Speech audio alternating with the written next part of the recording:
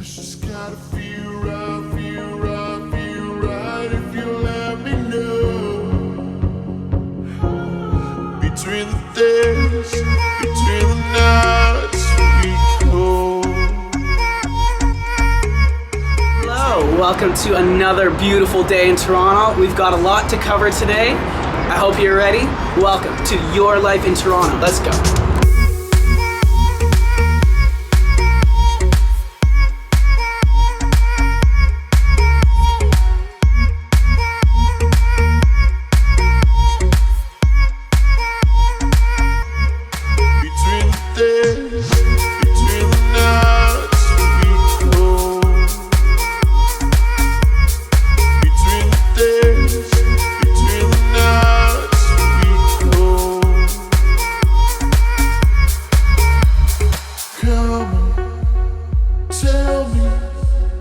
What you want,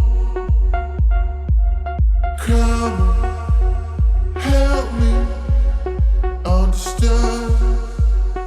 'Cause it's gotta feel right, feel right, feel right if you let me know. So, we just had an amazing breakfast down at George's Street Diner. And where are we off to now, Daddy? We're off to Canary District to see some rental condos because there's nothing for sale here yet. Sounds good. Between the days, between the nights we go. A cool little unit. It's one bedroom for rent. It's about 500, almost 600 square feet. Very good layout. But not a bad view. Pretty cool.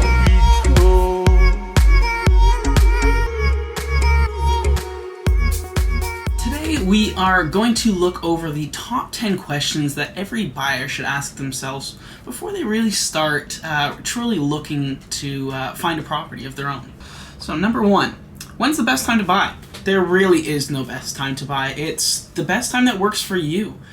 Really, it's whenever you can get time off work, whenever it lines up with your finances. There's a lot that comes into play, so it's whenever you're most comfortable.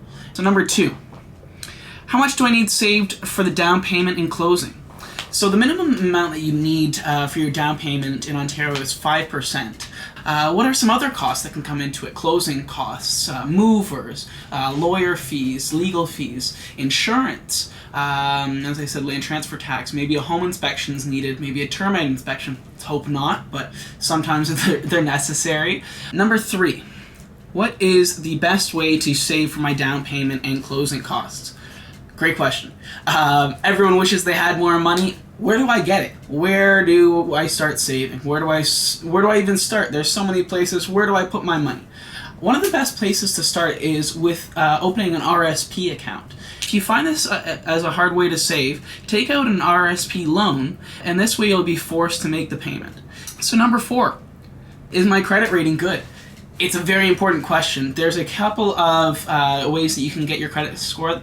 One of the easiest ones is Equifax Credit Score. It's a great tool to have, so you have it on hand just to know who you owe money to, what your credit standing is. If you have bad credit, it might be something that you want to address before you really start looking at a property, because a lot of banks will be looking at whether you are credit worthy, and if you haven't been paying your credit cards on time, if you have some student loans, if you have some other money that you kind of loaned from some other places, you might want to start paying that down first and then start to really analyze how much you can truly afford and whether buying a home or condo is even affordable at this time. Number five, how large of a mortgage will the bank qualify me for? So there's a couple of ways that you can find this out, but for a rough estimate on how large of a mortgage the banks would give you, divide your gross income by 0.32. You'll be asked to supply the following information. Proof of income. You'll need to have a verification of down payment, and then as I said before, you'll also need to have your credit bureau score. Number six, how much do I comfortably want to spend to carry my new home? You can use the link that I'm going to put right down below. You can go to our website, and we've got a couple of really great calculators that you can use. It'll do the land transfer tax if you're living in Toronto. Number seven, What kind of home do you want to live in? This is a very important question that a lot of people really don't ask themselves. It's extremely important to know what kind of lifestyle you want to be living. Is this a property that you want to own for a couple of years and then grow into something else? Or is this a property that you kind of want to have for a while? And you also need to figure out what kind of property do you want. Do you want a condo? Do you want a semi-detached house? Do you want a detached home? Where do you want to live?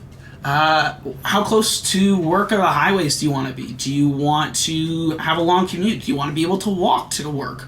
Another big question is, are you ready to take on the responsibility of home ownership and perhaps make some sacrifices in your lifestyle? Do I want to go through this scary process alone, or should I use the help of a buyer agent who doesn't cost me a penny? That's where I come in. I am that thing that costs you no money. If you're a buyer, you pay nothing. I am paid by the listing brokerage. I'm paid by the seller.